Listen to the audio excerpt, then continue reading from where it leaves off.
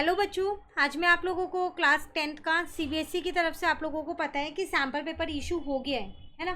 तो यहाँ पर वही सैम्पल पेपर ये लगा हुआ है जिसमें लास्ट क्लास में हमने क्वेश्चन 15 तक कवर कर लिए थे। चलिए आज हम क्वेश्चन नंबर 16 से करते हैं। कह रहे the roots of quadratic equation. Quadratic equation आपको एक दे रखी है, इसके रूट्स आपको बताने हैं कि कैसे होंगे। ऑप्शंस आपको दिए हैं, रियल होगा, नॉट रियल होगा, रियल एंड इक्वल है, रियल एंड डिस्ट्रिक्ट है। तो ये हम कैसे बताते हैं, में हम क्या करते हैं, यहाँ पर पहले डी निकाल लेते हैं अपना, है ना। तो डी निकालने का फॉर्मूला हमारे पास होता क्या है, बी स्क्वायर माइनस का 4ac। तो बी यहाँ पर है मेरे पास माइनस का 4√3 माइनस 4a है मेरे पास 3 और c है मेरे पास 4। तो ये कितना आ जाएगा, 4 4 जा 16 इंटू में 3। यहाँ पर भी 4 4 जा 16 इंटू में 3। तो डी तो मेरा ज़ीरो आ गया एक तरीके से। और जब डी ज़ीरो होता है तो रियल एंड इक्वल रूट्स होते हैं। चैप्टर नंबर 4 में ये सारी कंडीशंस हैं, तो आप वहाँ से उन्हें कीजिएगा। चैप्टर हमने कर रखा है, सपोर्ट मटेरियल से भी कर रखा है जो डीओई की तरफ से मिलती है, प्लस एक्स्ट्रा क्वेश्चंस वगैरह सब अपलोड है। ठीक है, तो इसका आंसर बी आ गया। नेक्स्ट है the following distribution show the marks distributed of 80 students. 80 students के ये मार्क्स आपको दे रखे हैं यहाँ पर। इसमें आपसे क्या कह रहे हैं, the median class. Median class आपको बतानी है यहाँ पर।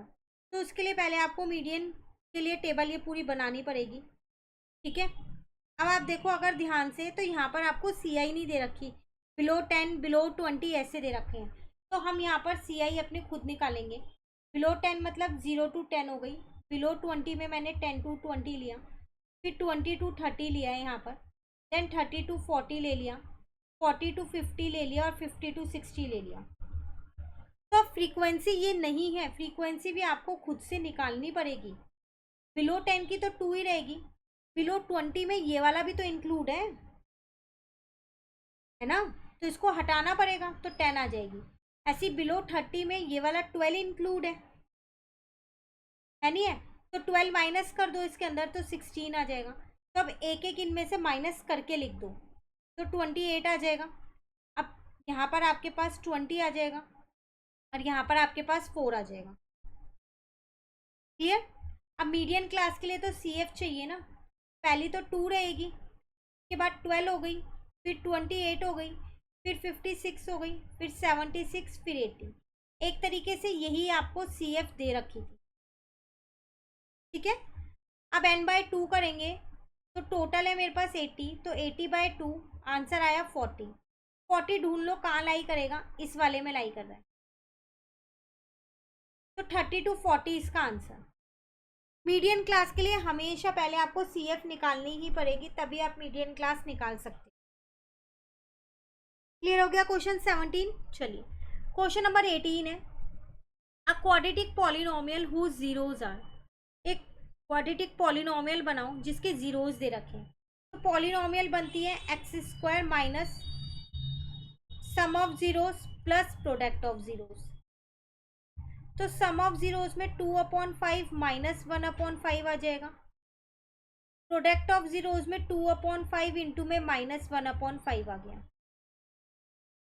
तो ये हो गया 1/5 इंटू में x, और यहाँ पर आ जाएगा माइनस 2/10, सॉरी 2/25, 5 5 जा 25। अब इनका मुझे बेस सेम करना पड़ेगा, तो एलसीएम लिया 25 आया, तो 25x² माइनस का 5x और माइनस का 2, 25x² माइनस का 5x माइनस का 2, डी आंसर है। आप सोच रहे होंगे नीचे वाला 25 कहाँ चला गया, वो तो आप पॉलिनोमियल बना रहे हो ना, तो 0 के इक्वल रखोगे तो ये वहां जाके 0 बन जाएगा। ठीक है, चलिए क्वेश्चन नंबर 19 एंड 20 आप लोगों को पता ही है कि हमेशा असर्शन और रीजनिंग के क्वेश्चन होते हैं, है ना। तो देखो आपसे क्या कह रहे हैं, यहाँ पर AP का है 19th वाला, the sequence is an AP। एक सीक्वेंस है, कह रहा है क्या ये AP है। तो A1 मेरे पास -1 है, A2 मेरे पास -1 है और A3 मेरे पास कितना है -1। अगर मैं यहाँ D चेक करूँ A2 माइनस A1 करके, तो -1 + 1 0 आएगा। अगेन एक और D2 चेक करूँ A3 माइनस A2 करके, तो -1 + 1 0 ही आ रहा है।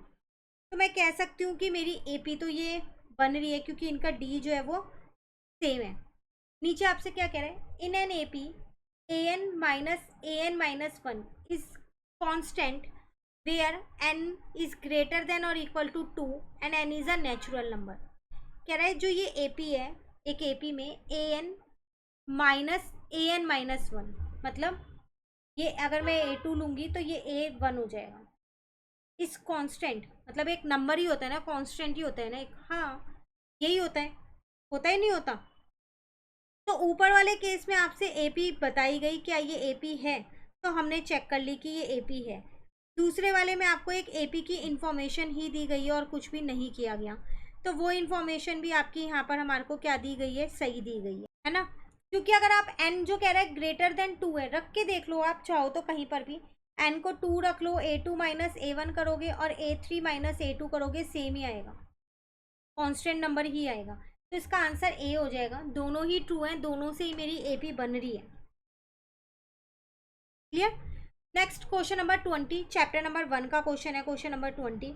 इसमें आपसे यहाँ पर क्या कह रहा है, इस क्वेश्चन के अंदर असर्शन में दिया है 2 + √3 इंटू में √3 इज एन इरेशनल नंबर। क्या ये एक इरेशनल नंबर है? तो अगर मैं इसे मल्टीप्लाई करती हूँ अंदर तो √3 + 3 आएगा। बिल्कुल हाँ, इरेशनल नंबर है अभी भी ये, क्योंकि रूट लगा हुआ है। नेक्स्ट में कह रहे हैं, रीजन क्या कह रहे हैं, product of 2 irrational number always irrational. क्या 2 इरेशनल नंबर का प्रोडक्ट हमेशा इरेशनल होता है? तो आप अगर कोई से 2 इरेशनल नंबर लेते हो, मान लो मैंने √2 ले लिया और √2 ले लिया, दोनों इरेशनल है, इनका प्रोडक्ट तो 2 आ जाएगा। मैंने √3 ले लिया और √27 ले लिया, तो 3 इंटू में 27 81, तो ये तो रैशनल आ रहा है, नहीं आ रहा? तो ये वाला तो मैं कह सकती हूँ कि ये मेरा फॉल्स है। रीजन मेरे पास असर्शन ट्रू है, रीजन फॉल्स है। असर्शन ट्रू है पर रीजन फॉल्स है, तो इसका आंसर हो जाएगा मेरे पास सी। क्लियर है। तो क्वेश्चन 20 तक आज कंप्लीट हो गए हैं हमारे। नेक्स्ट क्लास में सेक्शन बी शुरू करा दूंगी। ए सेक्शन पूरा कंप्लीट चैनल पे अपलोड है। एग्जाम देने से पहले ये पेपर ज़रूर कीजिएगा। Thank you.